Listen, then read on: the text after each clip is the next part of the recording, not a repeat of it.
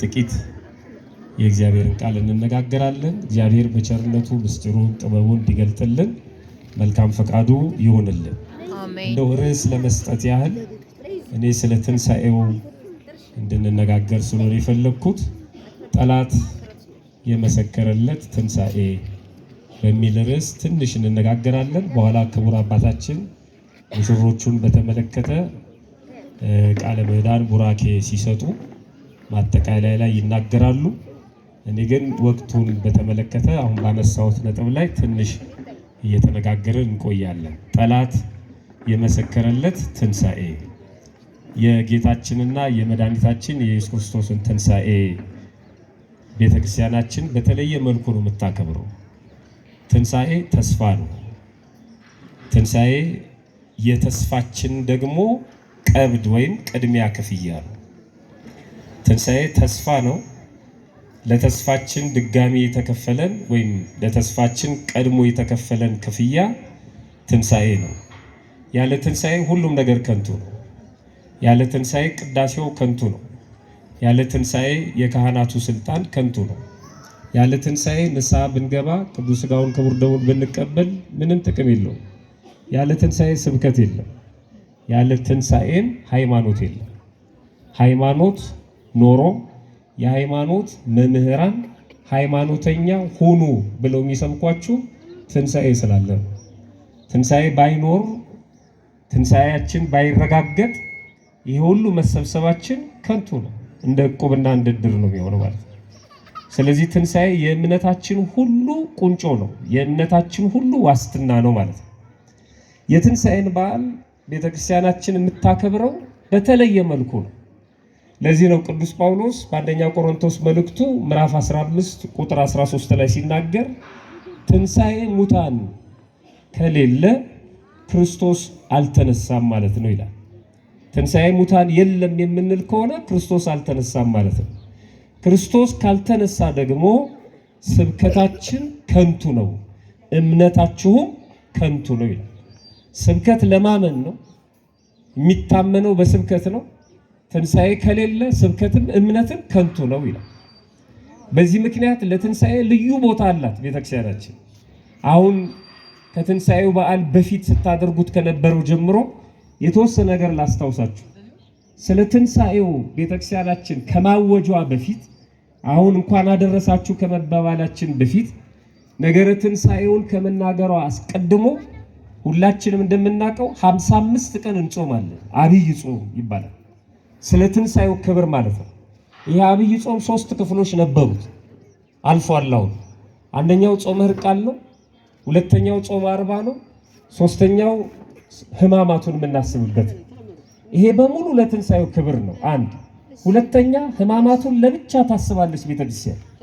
ክርስቶስ ተነሳ ለማለት ሞተ ማለት ስለሚቀድም፣ ሞተ ለማለት ተሰቀለ ማለት ስለሚቀድም፣ ተሰቀለ ለማለት ተያዘ ተገረፈ የሚለው ስለሚቀድም ያንን ሁሉ 13ቱን ሕማማተ መስቀል የምታስብበት የራሷ የሆነ ሳምንት አላት። አንዱን ሳምንት ሙሉ ጥቁር መጋረጃ ለብሳ ቤተ መቅደሱ ተዘግቶ ካህናት መስቀላቸውን አስቀምጠው እኛ እንኳን ብንሞት ጸሎተ ፍትሐት በማይደረግበት ሳምንት እግዚአብሔር ይፍታ በማይደረግበት ሳምንት አሳልፋ ስለ ትንሣኤው ትነግረናለች።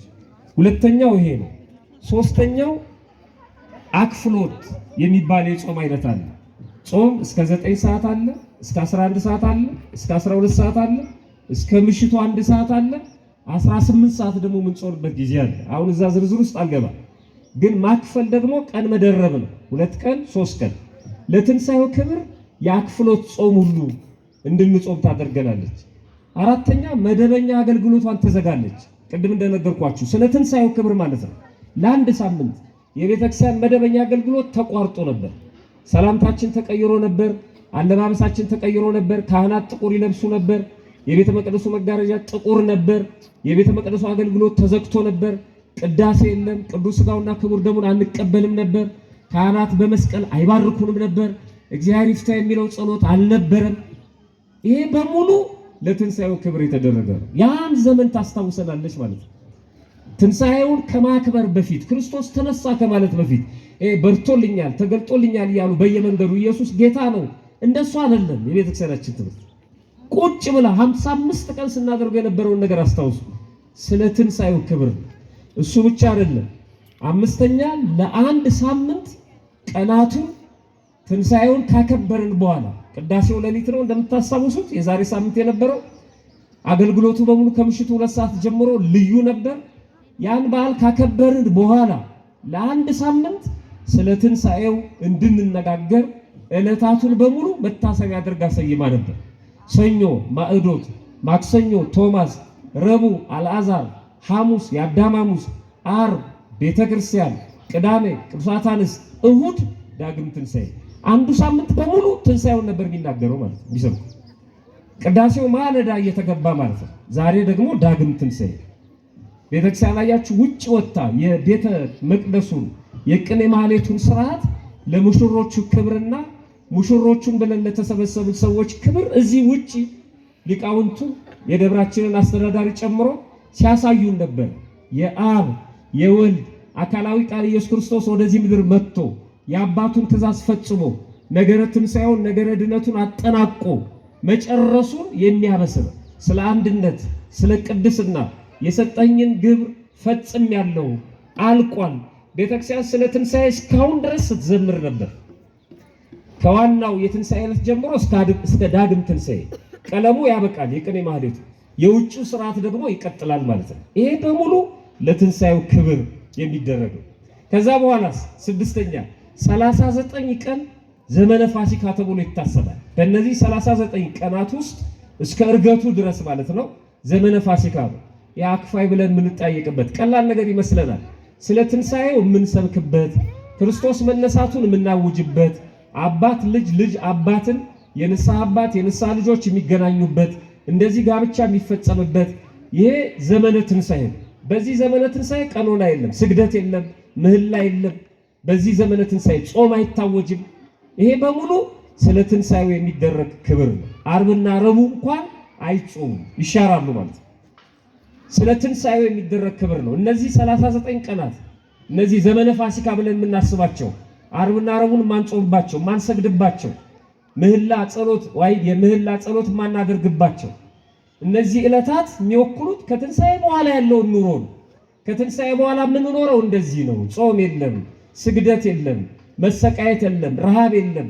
ያንን ዘመን ነው የምታስታውሰን። እግዚአብሔር ለሁላችንም ይህንን ያድለን። በእውነት ከሞት በኋላ ያለው ህይወት የሚታሰብበት ነው።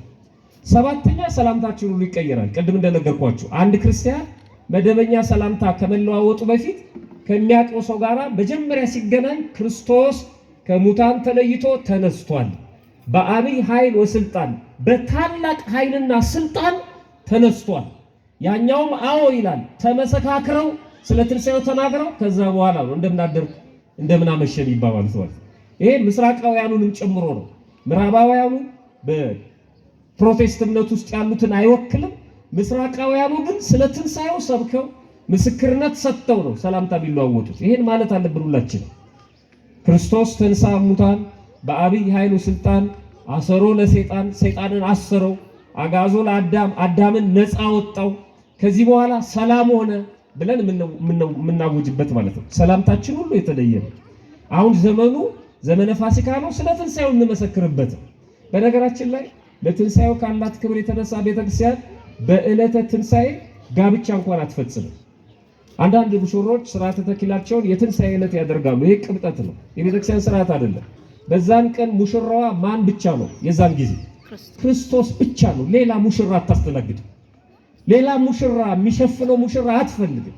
ይሄው በዳግም ትንሣኤው ታከብራለች ቤተክርስቲያኖች ማለት የዕለት ዕለት ስለማቅ ነው። አንዳንድ ሰዎች ለጉራ ለፎቶ የትንሣኤ ዕለት ሌሊት ጋብቻቸውን የሚፈጽሙ አሉ። ነውር ነው በጣም። ያን የሚገለጠው እሱ ነው። ይኸው በዚህ ቀን በሙሉ የምትሰብከው ክርስቶስን ነው ቤተክርስቲያናችን። የዚህች ቤተክርስቲያን ልጆች ያደረገን አምላካችን ክብር ምስጋና ይግባው። ሆነ ትንሣኤ ቀድሞ በነቢያቱ ተነግሯል። በኋላ ራሱ ክርስቶስ ስለ ትንሣኤ አስተምሯል። ሐዋርያትም ስለ ትንሣኤ መስክረዋል። ቅዱሳት አንስት ሴቶቹም ስለ ትንሣኤ መስክረዋል።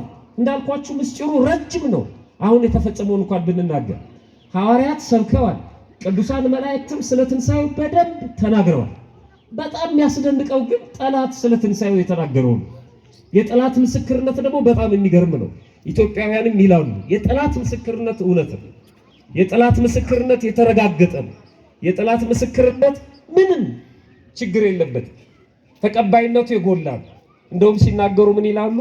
አዎን ብሎ የረታ ባላጋራ ከስሩ የተነቀለ ወይራ አንድ ናቸው ይላል።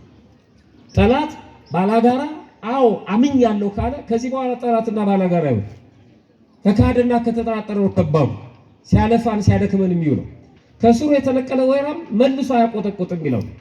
ጠላት የክርስቶስን ትንሣኤ መስክሯል። ተዉት እነ ቅዱስ ገብርኤልና እነ ቅዱስ ሚካኤል፣ ተዉት ራሱ ክርስቶስን፣ ሴቶችንም ተዋቸው ሐዋርያትንም የሰቀሉት በመስቀል ላይ የሰቀሉት ያሳደዱት ጎኑን በጦር የወጉት የቀበሩት አይሁድ ስለ ትንሣኤው መስክረዋል። ዓለም ይህንን ነው መረዳት ያለበት። እንዴት ነው የመሰከሩት የሚለውን በአንድ ጥቅስ ብቻ መረዳት ይቻላል። ለምሳሌ በዚህ በማቴዎስ ወንጌል በምዕራፍ 16 ላይ ክርስቶስ ስለ ትንሣኤው ቀድሞ ስለመነሳቱ የተናገረው መልአኩ በምዕራፍ 28 ላይ እንደተናገረ ተነስቷል ብሎ ተናግሯል። ይሄንን ትንሣኤውን በማቴዎስ ወንጌል ምዕራፍ 28 ላይ ስታነቡ ሄዳችሁ እንደዚህ ይላል። ሲሄዱ ሳሉ እነሆ ከጠላቶች አንዳንዶች ከጠባቆች ይቅርታ ከወታደሮቹ አንዳንዶች ወደ ከተማ መጥተው የሆነውን ሁሉ ለካህናት አለቆች አወሩ ይላል። የክርስቶስ መቃብር በወታደሮች ይጠበቅ ነበር።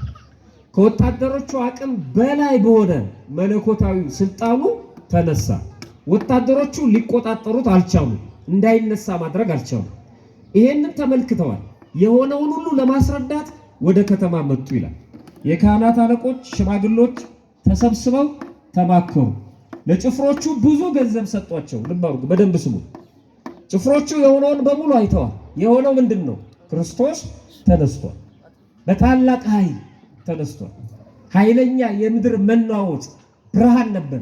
በተዘጋ መቃብር ተነስቷል። ይጠብቁት የነበረው መቃብር ብቻውን የቀረላቸው እንደተዘጋ ማለት ነው። እሱ ተነስቷል እና ደንግጠዋል። ወደ ከተማ ገቡና ተነስቷል ብለው ተናገሩ። የሆነውን ሁሉ ማለት ነው። የካህናት አለቆችና ሽማግሎች ተመካከሩና ብዙ ገንዘብ ሰጧቸውና እንዲህ አሏቸው፣ የለም ተነስቷል እንዳትሉ። በደንብ መረመሯቸው፣ መነሳቱን ማለት ነው። እንዴት እንደነበረ ሁኔታውን በደንብ ካወቁ ከተረዱ በኋላ ተነስቷል እንዳትሉ። ብዙ ገንዘብ ከሰጧቸው በኋላ እኛ ተኝተን ሳለ ደቀ መዛሙርቱ መጥተው ሰረቁት በሉ አሏቸው ይላል። አይገርም? በጣም ይገርም። ይሄ ነው ትንሣኤውን የሚመሰክረው። ብዙ ሰው ይሄን አይረዳውም። አትበሉ፣ እንደዚህ ጥሩ አይደለም፣ መነሳቱ እንዲታወቅ አይፈለግም። ስለዚህ ባይሆን ተኝተን ሳለን ተሰረቀ በሉ፣ ብዙ ገንዘብ እንስጣችሁ አሏቸው። ጠባቂዎቹ ብልጥ ናቸው። ገንዘቡን ይፈልጉታል፣ ግን ደግሞ የንጉሥ ወታደሮች ስለሆኑ በውሸታቸው ምክንያት ሕይወታቸውን እንደሚያጡ ገብቷቸዋል። ስለዚህ ምን አሉ? አይ ተኝተን ሳለንማ እንዴት እንላለን? በገዛ እጃችን እንዴት ሰይፍ አንገታችን ላይ እንዲመጣ እናደርጋለን? ተሰርቋል እንል እንችላለን። ተኝተን ሳለን ካልን ግን ችግሩ ማን ላይ ሊመጣ ነው ማለት ነው? እኛ ላይ ነው የሚመጣው። ይሄ አይሆንም አሏቸው። ችግር የለውም፣ በገዢው ዘንድ ከተሰማ ያለ ስጋት እንድትኖሩ እኛ እንነግርላቸዋለን። መነሳቱን ተነስቷል፣ ተሰርቋል በሉ ያልናቸው እኛ ነን ብለን እንነግርላችሁና ያለ ስጋት ትኖራላችሁ። ሁለት ነገር አገኙ ማለት ነው፣ ገንዘብና ዋስትና። ዓለም የምትታመሰው በዚህ ነው። ገንዘብና ዋስትና ካገኘ አንድ ሰው አንድን ሀገር ብቻውን ያምሰዋል። ብቻውን። አሁን ሚዲያው የምትመለከቱት ይሄ ነው። ገንዘብ አለው፣ ዋስትና አለው። ባለቤቷን የተማመነች ውሽ ማን ነው በግ ላቷን እንታረጋለች ይባል። የፈለገውን ይናገራል፣ እንደፈለገ ይተፋል፣ ቤተክርስቲያንን ይሰድባል። ዋስትና አለው። ዋስትና ተሰጣቸው። ስለዚህ ምን አሉ? ተሰርቋል አሉ። መጽሐፉን ስታነቡት ይሄ ነገር በእስራኤል ዘንድ እስካሁን ድረስ ሲወራ ይኖራል። ተሰርቋል ክርስቶስ። የእስራኤላውያን ጅላጅሎች እስካሁን የክርስቶስን መሰረቅ ነው የሚያውቁት። ተወስዷል፣ ግን ክርስቶስ ተነስቷል። የተወሰኑ ነጥቦችን ላሳያችሁ። ጭፍሮቹ በጣም የሚገርሙ ናቸው። አንደኛ አሁን ክርስቶስ አልተነሳም የሚለውን እኛ እንደማያምን እንቁጠርና ራሳችንን ጥሩ አልተነሳም። አሁን አይሁድን እናናግራቸው፣ እነሱ ናቸው መረጃውን የሚሰጡ። አንደኛ ጭፍሮቹ ሲነሳ ተመልክተዋል። ተመልክተው መጥተው ምንድነው ያሉት? የሆነውን ሁሉ ተናገሩ። ለማ ለካህናት አለቆች የሆነውን ሁሉ ተናገሩ ማለት መነሳቱን ተናግረዋል ማለት ነው። ያልሆነውን እንዲናገሩ ያደረጓቸው እነሱ ናቸው። አንደኛ ክርስቶስ መነሳቱን በዚህ እናረጋግጣለን። ግን እዚህ ላይ አንድ ነገር ተናግሬ ልለፍ። ለምንድን ነው ወታደሮቹ የመንግስት ወታደሮች ናቸው መቃብሩን የሚጠብቁት? መተው ሪፖርት ያደረጉት ግን ለካህናቱ ነው። በወቅቱ ለነበሩት ካህናት ሰቃላያኑ ለሆኑት ማለት ነው። ለካህናት አለቆች ነው። ምን አገባቸው? ሁለት ነገሮች ስላሉ ነው። አንደኛ ክርስቶስ ሲፈርድባቸው ነው፣ እንዲሰሙ ስለፈለገ ነው። የማይመለከታቸው ጉዳይ መጥቶ እንዲነገራቸው ያደረገው የመንግስት ወታደሮች መጥተው እንዲነግሯቸው ያደረገው ቃሉ እንዲፈርድባቸው ስለፈለገ ነው። አልሰማንም እንዳዩ ከዋናው ጣቢያ ማለት ነው የተነገራቸው። ከወታደሮቹ ከቅርብ ሰዎች መነሳቱ ተነገራቸው። ክፋታቸውን ተመልከቱ። ከዋናው ዛሬም እንደዚህ ነው። ከምንጩ ቃል እግዚአብሔር እየተነገረው በተለያየ መልኩ ሲክድ ይታያል። ብዙ ሰው ከምንጩ ከዋናው ቅዱስ ሥጋውን ክቡር ደሙን እየተቀበለ ሌላ